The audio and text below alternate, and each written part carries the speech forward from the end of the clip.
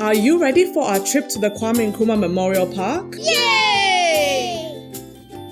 Is that a silhouette of Dr. Kwame Nkrumah? Great observation skills. Yes, it is. Why does it say Osajifo instead of Kwame Nkrumah? That's a good question.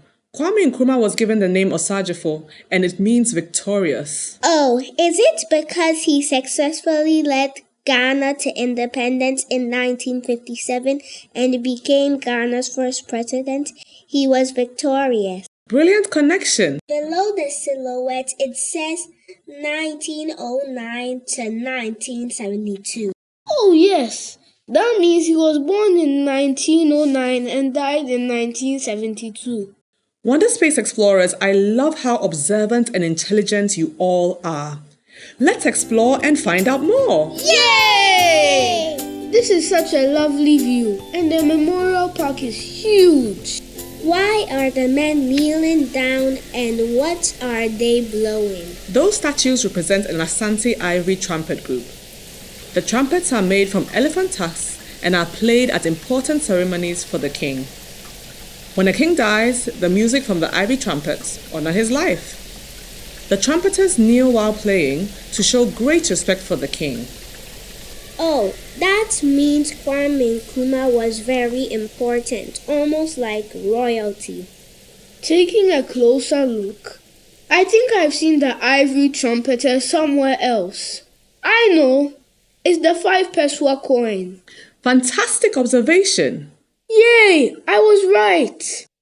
Is that a statue of Kwame Nkrumah ahead? And what's that monument behind him? I want us to visit the museum before we talk about these monuments. Is that okay? Yes! This is an interesting wall. It reminds me of something I saw in an online encyclopedia about Egypt. You are so right. The style used does look like Egyptian royal reliefs. Interesting. We talked about kings near the ivory trumpeters, and just now you used the word royal. All these statues, monuments, and walls help us remember Kwame Nkrumah's importance and all of the wonderful things he did for Ghana. I see some Adinkra symbols on the wall. This is like a combination of Egyptian and Ghanaian art. I'm always amazed by how smart you all are. Let's go into the museum and find out more about the life of Kwame Nkrumah. Let's talk about how Kwame Nkrumah's early life helped shape the leader he became. We'll explore his school years, his experiences, living in different places, and how all that prepared him for leadership. He didn't just become a great leader overnight. It was a journey built on many important experiences and decisions. Kwame Nkrumah was born in Nkrofo in the southwestern part of Ghana. Oh, I remember the date. Me too! He was born in 1909. That's right, on a Saturday in September. Oh yes, he was born on Saturday, so that's why his parents called him Kwame. Before we explore Kwame Nkrumah's experiences in different places and how they shaped his leadership, let's look at the key locations in his life. Nkrumah moved from Nkrofo to Hafasini for elementary school. After school, he worked as a pupil teacher before attending Achimota College in Accra. He then became a teacher. In 1935, Nkrumah traveled to the United States to study at Lincoln University and the University of Pennsylvania. Afterwards, in 1945, he moved to England to continue his mission as a political activist. In 1947, he returned to the Gold Coast, now known as Ghana.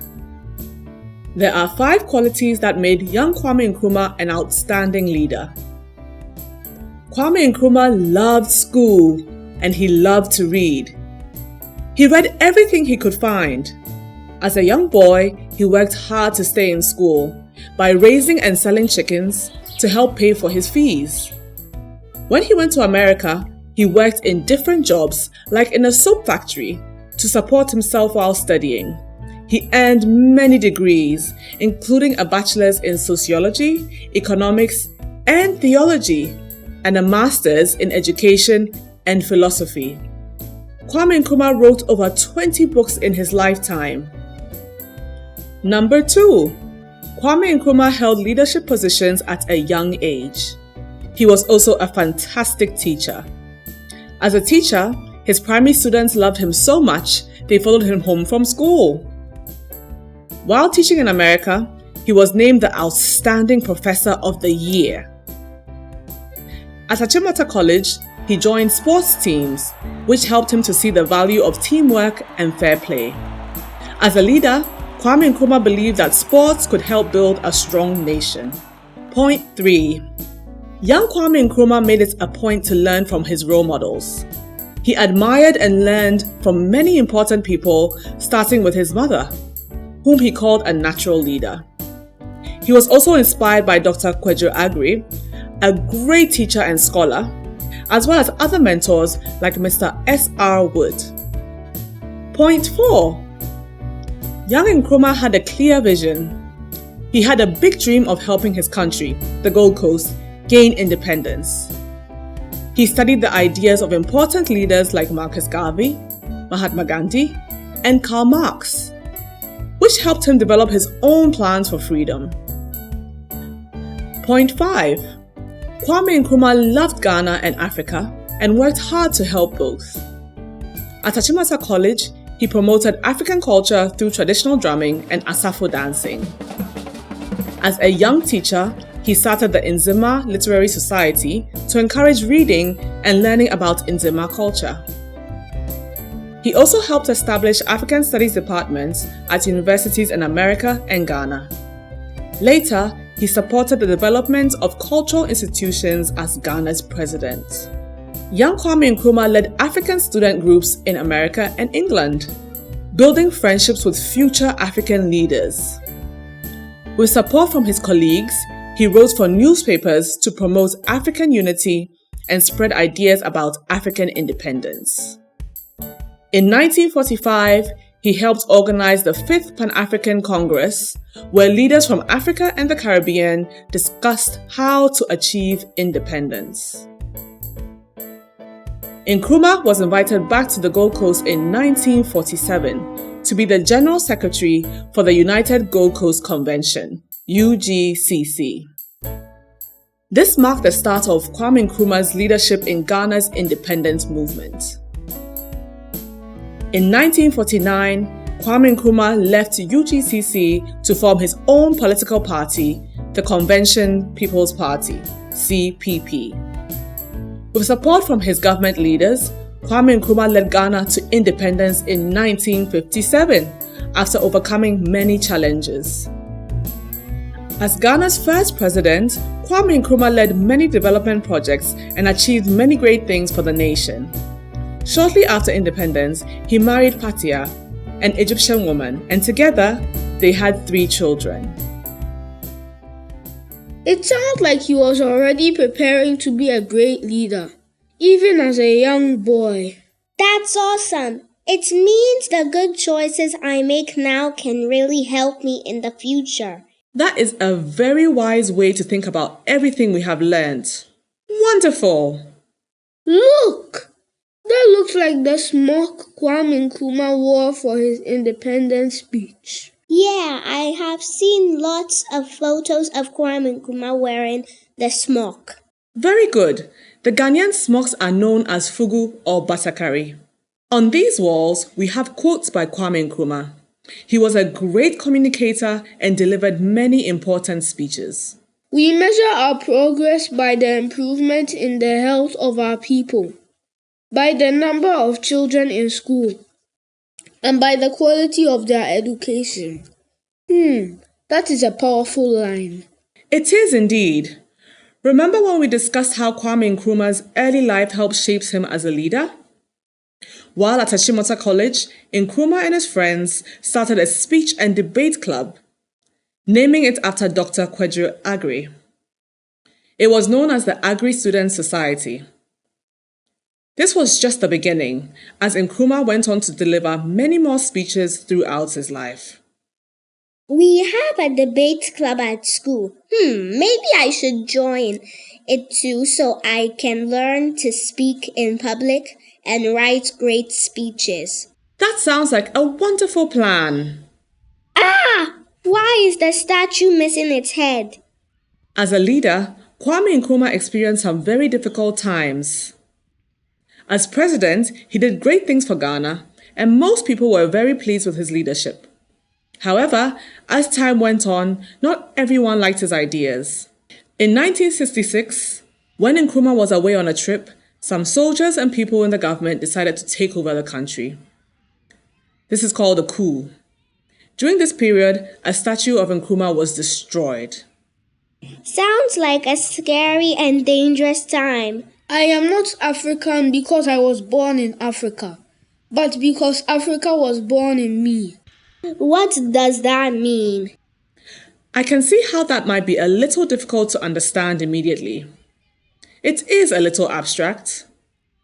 Let me share a story from Kwame Nkrumah's autobiography that might help. Yay! Before Kwame Nkrumah left for America for school, he spent a few days bonding with his mother. During this time, she shared their family history in great detail, giving him a deeper understanding of his culture, background, and important traditions.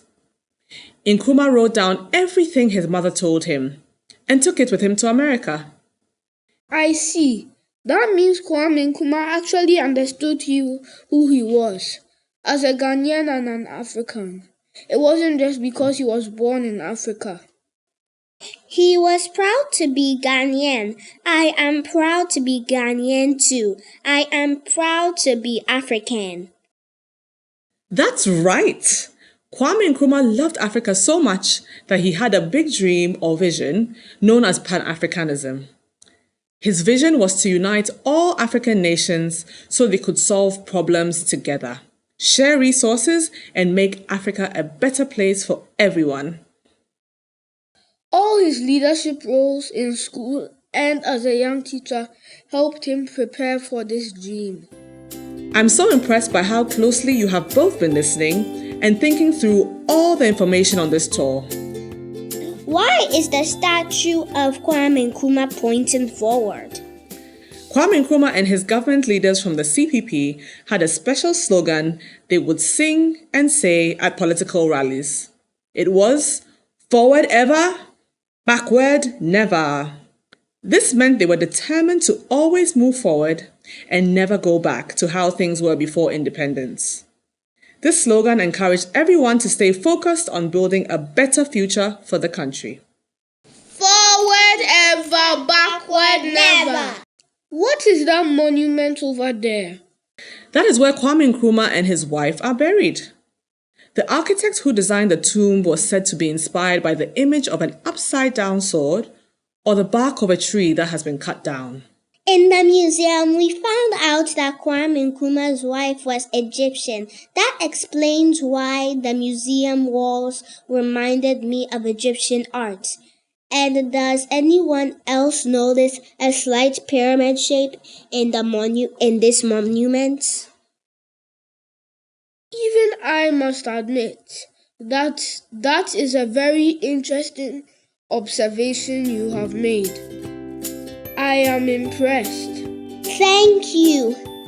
We have come to the end of the tour. I had so much fun. Look, that's a really cool car. That must be Kwame Nkrumah's car. Oh, look, I can see Ghana's coat of arms on the front of the car. Great observation! When we are back in class, I need to give you both stickers for every time you notice something and made interesting connections to what we've been learning. I'm going to run out of stickers at this rate. Yay! Bye-bye, Kwame Nkrumah Memorial Park. The text and colors on that wall remind me of the flag of Ghana. Red, gold, green, and black. We learned so many new and interesting things about Kwame Nkrumah on this tour. We also discovered that to be a great leader, You have to have a great plan, care about people, love your country, read a lot, work hard at school, take on leadership roles, and participate in activities outside class, like fun clubs and more. We are never too young to prepare to be great leaders too.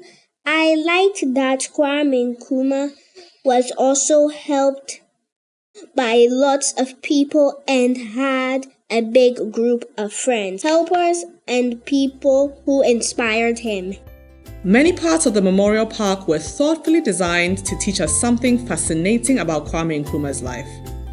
I'm glad you both learned so much and made so many interesting connections. What a wonderful day of learning we've had. Yay!